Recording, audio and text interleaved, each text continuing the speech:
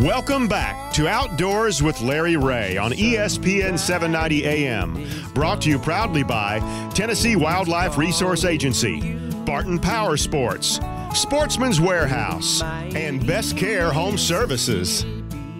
Well, we're coming back to Outdoors with Larry Ray, but so far we have not hooked up with the one and only gray-bearded adventurer, Dale Sanders, who's somewhere on Klingman's Dome.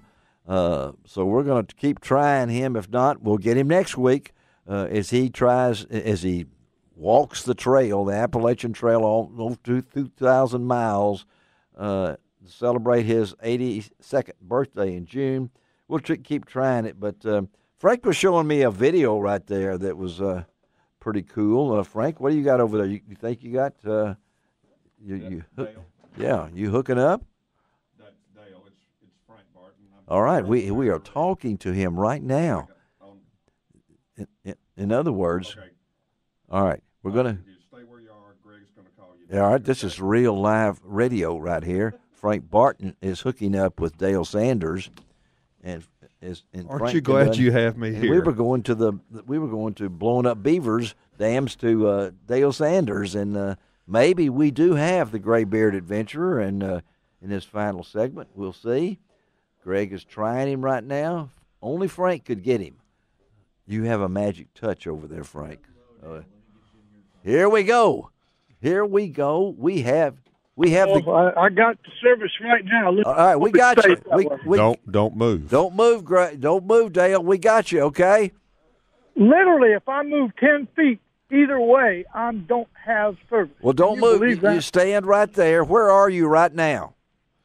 Well, I'm on my way up to Snake's Den Ridge. I'm just a little bit before that on a mountain here, just about 6,000 feet up in the Smoky Mountains up above Gatlinburg. Okay, up above Gatlinburg. And so you are now how many days into this?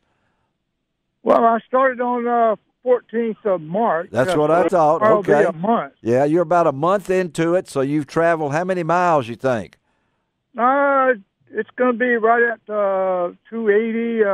Wow. By the time I get down, I'm halfway between the road going up from Gatlinburg, 441, and where the Appalachian Trail crosses I-40. I'm halfway between that. Okay. And we're talking to Dale Sanders, the gray-bearded adventurer on Outdoors with Larry Ray from Bartlett, Tennessee. And Dale is he's on the Appalachian Trail, trying to complete it in the same year, and he'll celebrate his 82nd birthday in June, and he would become the oldest person to do this at 82 years old. And Dale, you folks can they can follow him because I'm following him through that Spot GPS, isn't that right? Spot Spot Tracker. Spot Tracker. Yeah, you can follow him through Spot Tracker. And he was there at snow. You've already been through snow, right, Dale? Dale is. We have lost Dale, but we know he's there. Is that not something? This is wonderful. I love radio. You know, TV would say, "What are we going to do now?" Well, we don't have to do that. You have Spot Tracker, and we can just talk, right, Frank? We got it. We got him. We know he's there, y'all. So you've heard it on Outdoors with Larry Ray. We might try him again next week. We might do a continual thing here on Dale because he's going to keep falling out of service. If he moves, Dale loses contact. Do we have Dale back? Are you back? Yeah, I think I moved about 6 inches. That's all it took. Well, don't move, Dale, because we're going to try to talk to you maybe every week and as many times as we can to keep up with you. I know you've been through snow, right? Where? You've been through a snowstorm, right? You've walked on the trail. Oh, I went through 2 snowstorms. The first one back in 14. The day I started up from Neal's Gap, that was a terrible day. 14th of March. Okay. 15th was bad, and the 16th. All 3 of them were just really, really bad. Blizzard days and cold. Single digit up on top of the mountains. Wow.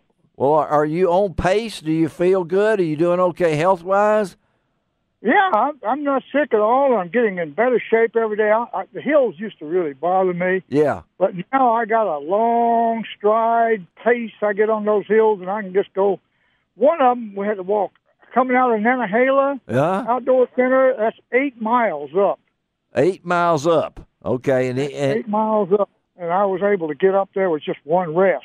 That's good. And so you're doing. Are you on your pace? Are you like where you are on the pace? I wished I was about 30 miles further up trail. I'm trying to catch up. I'm a little bit behind, about 30 miles, which is about 2 days hike. Wow. Well, you got a lot of folks pulling for you, Dale, and just keep tracking. And we're going to try to stay in touch with you on Outdoors with Larry Ray because we're amazed at what you can do. Try to don't. I know the trail can be tough. Watch where you're stepping. Don't let anything, because this is not an easy sidewalk he's walking up. I mean, no, it's a lot of rocks. I should be 3 hiking days from Hot Springs. I'm going to take a day's rest. Oh, you are going to take a day's rest, okay? That's and because I mean, you're trying to get there by when? When are you? October? Is that what your date is? And sometime in September, October. There he goes. The Dale man's gone.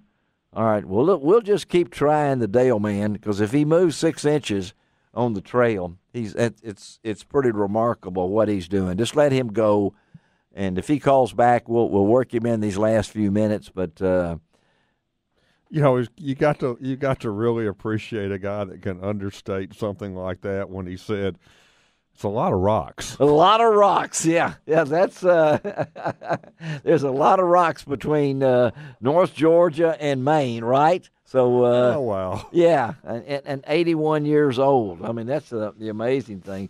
He really tried to get in shape, lost a lot of weight and things on that. So I know that. But go to Spot Tracker. I've kept up with him. He's danced in the snow. He's done all these different kind of things. So we'll try. Greg, we're going to try to hook up with him again next week and see where he is. It'll be 5th Saturday. That means Charlie Covington and Gene Smith will be in there. Is that next week? No, that's the following week. Yeah, next week is Ron Wong and Bill Cooksey. I was going to say, I think there's a typo on this sheet. Then, yeah, that's what I'm saying. Now, next week is John Gordon and Ron Wong. We're going to talk to Deborah Hinks about the Bassmaster Classic, and we're going to talk to David White out of Arctic Ice. But I was talking to Frank. We'll close out here. Frank has been doing some construction work on beaver dams, right? Yeah. Phil Robertson has a lot of sayings about beaver dams, and So and we love them during duck season because they hold water. But as soon as duck season's over, we start blowing up their dams. You do, don't you? Because you want the water to flow, or we want to get the water doesn't need to be out there on your timber, on your holes, and everything like that during the spring season because it needs to grow and do all that. And unless you've got cypress trees out there, water, that's just not going to stand it very long. So we get rid of them. The best way of getting rid of them is to blow them up. And you actually have a tactic here to do this. I mean, you go in, you walk in. I use something that's some people call it tannerite. I use a little different formula, but anyway, different.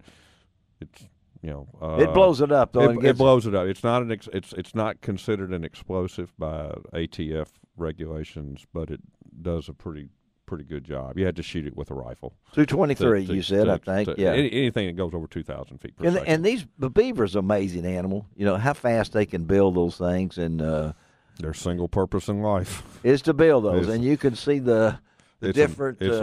It's amazing what they can do and how quickly they can do it. Well, I still can't imagine how they get all the mud out there that they get. That they do. Like 6, I can understand, but carrying all that mud out there that they do is amazing to me. Well, they're amazing. I saw some on the White River up there that were.